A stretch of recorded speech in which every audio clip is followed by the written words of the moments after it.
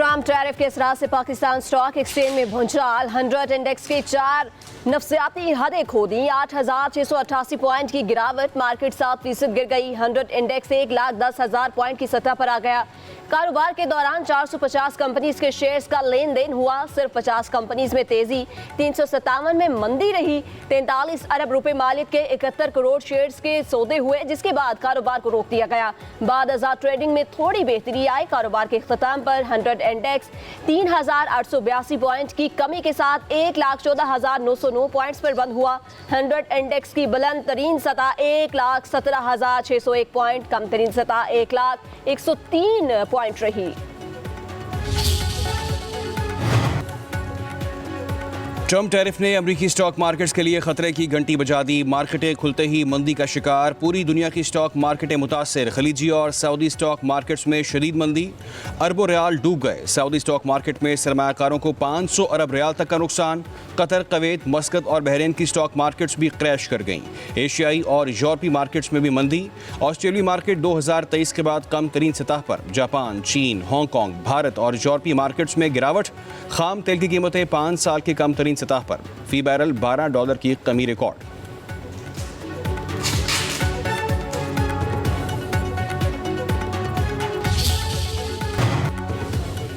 बिजली की कीमतों में 7.5 रुपए कमी करके आवाम को बड़ा रिलीफ दिया। मजीद कमी के लिए इस्लाहात का अमल जारी है।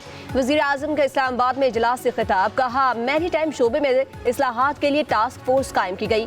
बंदरगाहों पर कंटेनर्स की मौजूदगी के दौरानी को कम से कम करने के लिए लाहे अमल बनाया जाए। अल्लाह का शुक्र है हमने मैक्रो इकनॉमिक इस्तेहकाम हासिल कर लिया। कोशिश है मौजूदा तेल की कीमतों में कमी का फायदा मईशत और आवाम को पहुंचे। इजलास में army chief general Asim Munir, नायब वज़ीर आज़म इसहाक डार, वफाकी वज़रा, गवर्नर स्टेट बैंक की शिरकत।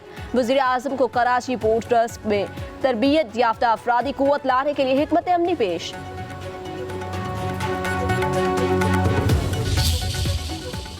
अमेरिकन कांग्रेस में सैकड़ों ऐसी बिलें आ जाती है, वो प्रोसेस हो जाता है, साल लग जाते हैं, लोग अपने प्रोसेस करते हैं। अमेरिकन काकस की बात सामने आ रही है कि वो पाकिस्तान विजिट करी। पाकिस्तान तरीके इंसाफ से किसी ने ऑफिशियली कोई रब्ता नहीं, किसी ने कोई रब्ता नहीं किया। एस्टेब्लिशमेंट के साथ जो एक नए राब्तों से मुताल्लिक बातचीत हो रही है, तो क्या वो एस्टेब्लिश हो चुके हैं? मैं इतना ही बाखबर हूँ जितना आप बाखबर है। पाकिस्तान तहरीक इंसाफ आइंदा का अलायमा जो तय करेगी, अलायंस के साथ तय करेंगे। हम जमहूरी पार्टी, हम बात करते हैं, हम ये नहीं कर किसी सूरत कह रहे हैं कि आप बात न करें, बट मैं ये कह रहा हूँ कि अगर आपने बात करनी है तो पार्टी के प्लेटफॉर्म पे अंदर बात करें। अमरीकी कांग्रेस की किसी करारदाद या कानून साजी से पीटीआई का कोई ताल्लुक नहीं है। किसी अमरीकी वफ्द ने पाकिस्तान आमद पर पीटीआई के साथ रब्ता नहीं किया। चेयरमैन पीटीआई बैरिस्टर गौहर की मीडिया से गुफ्तगू, चंद रोज कबल एस्टैब्लिशमेंट से राब्तों की तस्दीक कर दी। कहा कि मुल्क और जमहूरियत के लिए मुज़ाकरात होने चाहिए, होगा वही जो बानी और पार्टी कहेगी। इख्तलाफात तो आपस में होते रहते हैं। पीटीआई जमहूरी पार्टी है, किसी को बोलने से मना नहीं करते। कह दिया है कि बात करनी है तो पार्टी के अंदर करें। आइंदा का लाहे अमल इत्तेहादियों के साथ मिलकर तय करेंगे।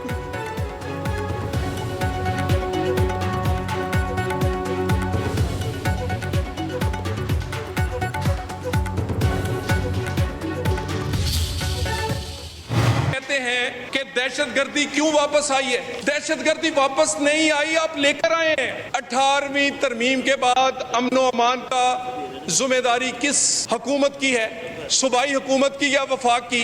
NFC अवार्ड का 1% हर साल जो पिछले 20 साल से दहशतगर्दी की जंग में केपी की हुकूमत को मिल रहा है, जो 800 अरब से जायद है। आपकी एस्टेब्लिशमेंट क्लियर है, हुकूमत और पाकिस्तान के मुफाद के साथ खड़ी है। वज़ीर मुमलिकत बराए दाखिला तलाल चौधरी का कहना है कि पीटीआई ने सरहद खोलकर दहशतगर्दों को आबाद किया है। बनू में दहशतगर्द हमले की मजम्मत तक नहीं की। बताएं 18वीं तरमीम के बाद अमन व अमान की जिम्मेदारी किसकी है? ये नहीं पूछते कि किसने कितनी कुर्बानी दी। तलाल चौधरी का कौमी असम्बली में खिताब, केपी हुकूमत पर बरस पड़े। कहा पूरे पेशावर में 100 कैमरे नहीं है, ये कैसे दहशतगर्दी के खिलाफ जंग लड़ेंगे? ये सेफ सिटी तक नहीं बना सके। वज़ीर मुमलिकत की तकरीर के दौरान पीटीआई का एहतजाज, शदीद नारेबाजी।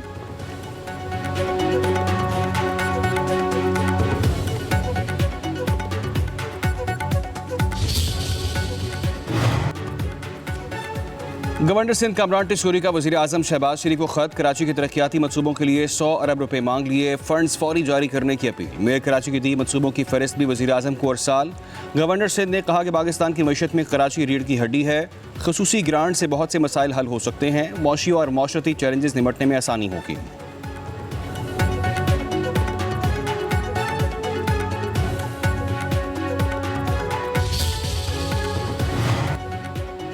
सिंध हाई कोर्ट ने दरियाए सिंध पर नहरों की तामीर रोक दी। अरसा के जारी पानी के दस्तयाबी सर्टिफिकेट के खिलाफ हुक्म इम्तनाई जारी। सेक्रेटरी पानी को तौहीन अदालत का नोटिस। वफाकी हुकूमत से 18 अप्रैल तक जवाब तलब।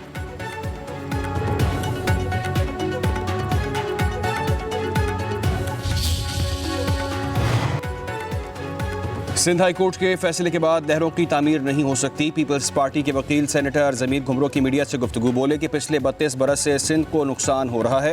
हम हुकूमत का हिस्सा नहीं, इत्तेहादी हैं। हमारी बात नहीं मानी गई तो हुकूमत से अलग हो सकते हैं। अगर CCI हमारे खिलाफ जाएगी तो हम जॉइंट सेशन में जाएंगे। वज़ीर आपाशी जाम खान शोरो ने सिंध हाई कोर्ट के मुतनाज़ नहरें और इरसा के जारी करदा सर्टिफिकेट पर अमल दरामद रोकने वाले फैसले को तारीख साज फैसला करार दिया। कहते हैं कि वफाक का पानी में कोई हिस्सा नहीं बनता।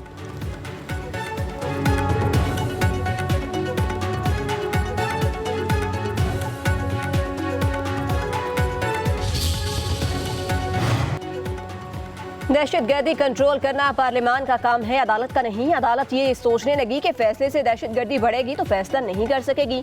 जस्टिस जमाल खान मंदोखेल के फौजी अदालतों में सिविलियंस के ट्रायल केस की समाअत के दौरान रिमार्क्स। कहा, फौजी अदालतें 175 के जुमरे में नहीं तो फिर आइन के किस शिक के तहत हैं। अदालतों ने सिर्फ ये देखना होता है कि ट्रायल आइन के मुताबिक है या नहीं। आर्मी एक्ट के शिक 2D के तहत मुलजिम तब बनता है जब फर्द जुर्म आयद हो। वजारत दफा के वकील ने कहा कि फौजी तंसीब को नुकसान पहुंचाने वाले सिविलियन पर आर्मी एक्ट का इतलाक होगा। आर्म फोर्सेस खुद भी सिविलियन को गिरफ्तार कर सकती है। जस्टिस मोहम्मद अली मजहर ने कहा, गिरफ्तारी से कबल FIR का होना जरूरी है। जस्टिस हसन अजहर रिजवी बोले, जब किसी को गिरफ्तार करेंगे तो मुतल्लिका मजिस्ट्रेट के पास पेश करना होता है। केस की समाअत कल तक मुलतवी।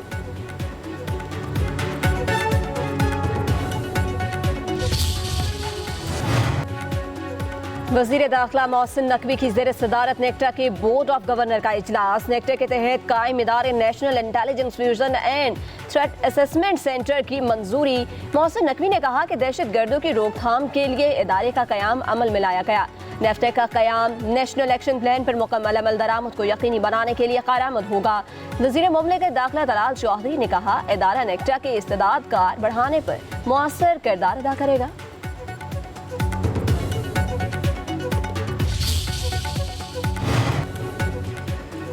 खैबर पख्तूनख्वा को दहशतगर्दी की लहर का सामना है। अमन अमान का क़याम सूबाई हुकूमत की जिम्मेदारी है। गवर्नर खैबर पख्तूनख्वा फैसल करीम कुंडी का सेमिनार से खिताब। कहा, सूबे में गवर्नेंस का मयार बेहतर बनाने के लिए फंड्स का शफाफ इस्तेमाल इंतहाई ज़रूरी है।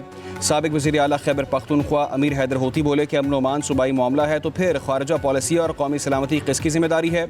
मरकजी और सूबाई हुकूमतों को अपना घर ठीक करना होगा। मुशीर इत्तलात खैबर पख्तूनख्वा बैरिस्टर सैफ ने कहा कि दहशतगर्दों और अस्करियत पसंदों के गलत और झूठे बयानी से निपटना भी बहुत अहम है। दहशतगर्दी से मुतासर इलाकों में सरमायाकारी दरकार है।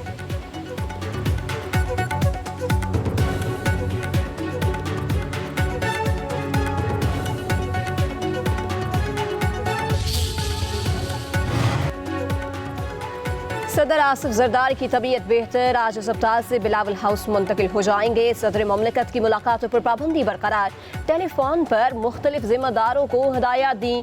पीपल्स पार्टी के रहनुमा कमर जमान कायरा का सदर मुमलिकत से टेलीफोनिक रब्ता। आसिफ जरदारी की हैरियत दरियाफ्त की। कमर जमान कायरा का कहना है कि सदर जरदारी की तबीयत अब बेहतर है, जल्द अपना मनसब संभाल लेंगे।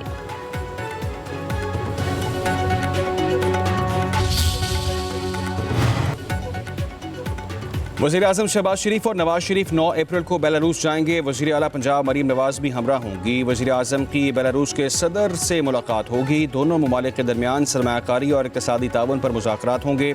ट्रैक्टर इंडस्ट्री समेत दीगर शोबों में ताउन बढ़ाने पर गौर होगा। वज़ीर आज़म शहबाज शरीफ और मियाँ नवाज शरीफ के दौरे बरतानिया का भी इम्कान। नवाज शरीफ लंदन में जाएंगे और तिब्बी मुआयना कराएंगे।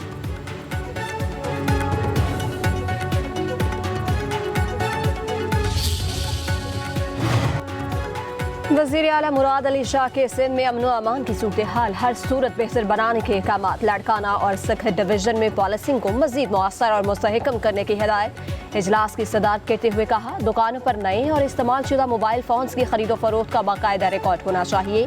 सिर्फ मुकम्मल डाटा रखने वाले मोबाइल फोन्स की खरीदो फरोख्त की इजाज़त है।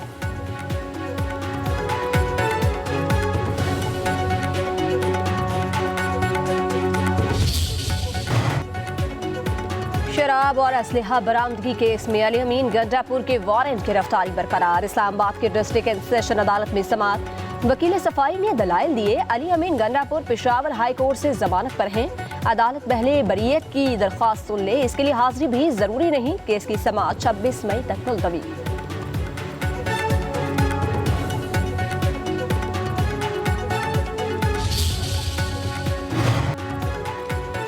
सुपर टैक्स के निफाज के केस की समाअत 15 अप्रैल से रोजाना की बुनियाद पर होगी। मजीद इल्तवा नहीं देंगे। आईनी बेंच के सरबराह जस्टिस अमीनुद्दीन खान के समाअत के दौरान रिमार्क्स।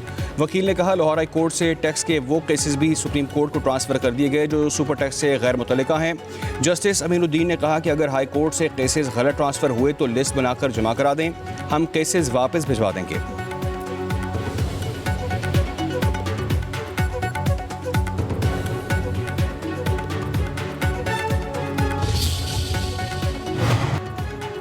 वज़ीर आला पंजाब मरियम नवाज शरीफ की ज़ेर सदारत गंदम की कटाई से कबल सूरत हाल का जायजा इजलास। पंजाब हुकूमत का प्राइवेट सेक्टर के जरिए गंदम की खरीदारी का फैसला। वज़ीर आला की गंदम की रिकॉर्ड पैदावार पर पंजाब के किसान को शाबाश। मरियम नवाज ने कहा, गंदम के काश्तकारों को हुकूमत पंजाब की तरफ से 1000 ट्रैक्टर मुफ्त दिए जाएंगे।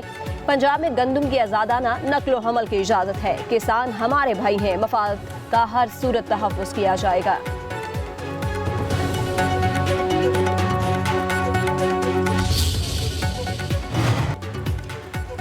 पंजाब के मुख्तलिफ शहरों में 1500 इलेक्ट्रिक बसें चलाने की मंजूरी। पहले मरहले में लाहौर और गुजरांवाला में इलेक्ट्रिक बसें चलाई जाएंगी। वज़ीर आला पंजाब मरियम नवाज की ज़ेर सदारत इजलास। सरगोदा, शेखपुरा, सियालकोट, गुजरात, रहीम यार खान, DG खान में ट्रांसपोर्ट सिस्टम पर इतफाक।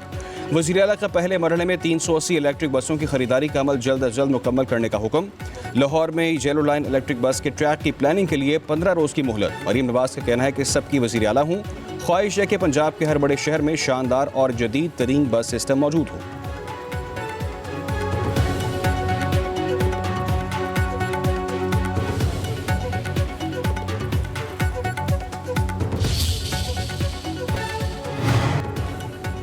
मुर्तज़ा वहाब का कराची का मैंडेट छीन कर मेयर बने हैं। गुज़िश्ता 2 साल से मेयर कराची की नशिस्त पर कब्जा है। MKM के रहनुमा फारूक सत्तार की मीडिया से गुफ्तगू बोले, पीपल्स पार्टी के तर्जुमान इंतशार की सियासत कर रहे हैं।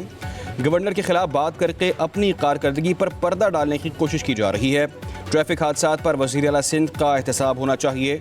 बताया जाए, कंटेनर माफिया के खिलाफ अब तक क्या कार्रवाई हुई।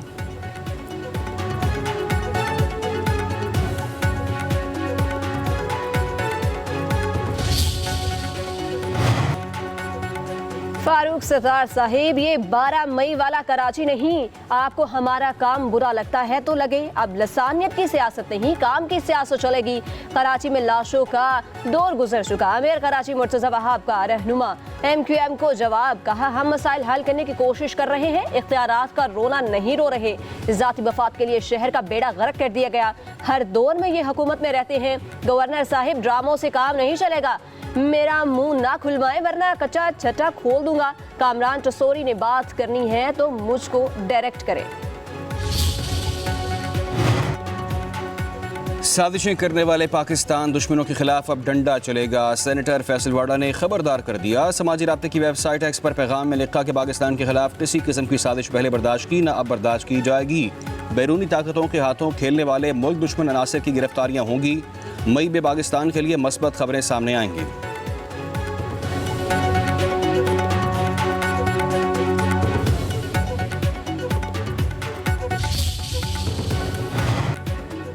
कौमी असम्बली कायमा कमेटी बराए इंफॉर्मेशन टेक्नोलॉजी का इजलास। स्टारलिंक को लाइसेंस दे रहे हैं। तमाम मराहिल मुकम्मल होने के बाद बुनियादी रजिस्ट्रेशन दी जाएगी। चेयरमैन PTI की ब्रीफिंग। वफाकी वजीर आतिश रिज़ा फातिमा ने बताया, स्टारलिंक को तमाम चीज़ें मुकम्मल करने के लिए मई तक का वक्त दे दिया गया। लाइसेंस नवंबर दिसंबर तक मिल जाएगा। चीनी कंपनीज ने भी लाइसेंस के लिए अप्लाई किया है। चेयरमैन कमेटी ने कहा कि 5G स्पेक्ट्रम की नीलामी में सिर्फ रेवेन्यू पर नजर नहीं रखनी चाहिए। शिजा फातिमा ने कहा, हमें रेवेन्यू भी कमाना है लेकिन इंफ्रास्ट्रक्चर भी बेहतर बनाना है।